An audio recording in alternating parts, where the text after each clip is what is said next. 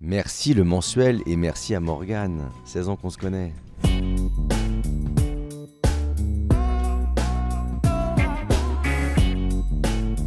Ça va, je suis un peu fatigué. On roule beaucoup en ce moment, on fait beaucoup de routes, beaucoup de trains pour assumer toutes nos dates à travers tout l'Hexagone, y compris en Belgique, y compris en Suisse et au Luxembourg. Moi, jouer reste une partie de plaisir et un moment léger. C'est pas tellement ça qui me fatigue, moi. C'est pas le jeu en soi, c'est tous les à côté. C'est les transports, voilà, beaucoup de voitures, beaucoup de kilomètres abattus, beaucoup de trains, de valises qui se traînent, voilà, de tout ça, d'avions aussi, de taxis, des fois des moments de rush. C'est ça qui pompe le plus d'énergie, d'arriver dans les hôtels, de check-in, check-out. Alors, les gens peuvent trouver ça formidable. D'une certaine manière, ça l'est. Mais voilà, c'est tous les jours, changer d'endroit, et donc c'est pas toujours évident. Et c'est assez fatigant. Voilà. Mais le travail en soi, lui, ne l'est pas. C'est juste un moment de plaisir et de concentration, de retrouver les collègues, donc c'est plutôt, et le public surtout. Et ça, c'est formidable, on a beaucoup de chance. Hugo Martial, Gigi Ortega, leur comeback ensemble après ce qui s'est passé entre eux, ça, c'est une affiche. C'est pas foutu d'arrêter de fumer tes putains de clopes, c'est que t'as rien dans les couilles. Ça c'est mon problème, c'est pas le tien. Qu'est-ce qui la signe la mise en scène, c'est toi ou c'est Gigi Ortega? Enfin, je vois pas le rapport, Hugo. Un comédien a le droit d'apporter une idée à son personnage. Bah oui, quand il en a. Ah bah le théâtre renvoie beaucoup d'énergie et beaucoup d'ondes positives. Et je trouve que ce spectacle en particulier est très agréable à jouer parce que il y a des moments de folie, des moments où on peut traverser, faire des choses enfin, avec beaucoup de lâcher prise, et des moments où aussi on est très sur nous, avec un jeu plus intérieur. C'est ce qui fait la force de ce texte. Moi, c'est en tous les cas ce qui m'a séduit.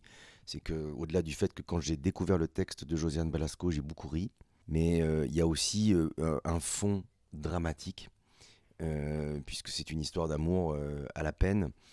Et donc voilà, c'est pas que de la légèreté, c'est pas que de la blague en fait, ni des punchlines et tout ça. C'est avant tout une histoire pétrie d'humanité entre une femme et un homme qui s'aiment et qui ont tendance à passer à côté de leur histoire d'amour. Donc quelque part, il y a un fond de tristesse, un fond dramatique. Et tout ça est agrémenté de gags et voilà, de dérision. Et c'est ce qui fait la force. Vraiment, ce texte est puissant, je trouve. Donc pour nous autres acteurs, c'est très agréable parce qu'on est en permanence sur le fil, en haut, en bas, en haut, en bas. Et voilà, c'est une pièce assez extrême, quoi. Betty, venez dans mon bureau. Ça va, je sais, je prends un temps, merde. Je la découvre. Tu peux relancer la réplique, s'il te plaît? Laisse-le prendre son temps, hein. Il me découvre. On voit tout l'envers du décor, on voit la complexité, on voit les problèmes d'ego, on voit le fait de ne pas avoir de boulot. Les acteurs sont des gens un peu particuliers, c'est-à-dire qu'ils peuvent avoir une période de gloire et avoir certaines prétentions, et puis il peut se passer 10 ans, 20 ans où il ne se passe plus rien, où c'est la catastrophe et ça traîne la patte, c'est catastrophique, il n'y a plus de sous, il n'y a plus rien, et si tout d'un coup il y a le boulot qui revient, alors tout était oublié, toutes les périodes de galère ont été oubliées, on redevient aussi casse-pied que quand on était des starlettes, quoi. Donc il y a beaucoup d'autodérision. C'est un métier extrémiste. Violent, oui, mais surtout très extrémiste, quoi. Les joies sont très puissantes et les peines peuvent être dévastatrices. Ah, ben tiens, voilà le malade. Ah mais qu'est-ce qui lui prend? J'arrive, elle m'agresse. Vous allez être sublimes tous les deux. Il se trouve que là, la particularité, c'est aussi, voilà, qu'encore une fois, on fait de la télévision avec Catherine, donc on est des acteurs, entre guillemets, populaires.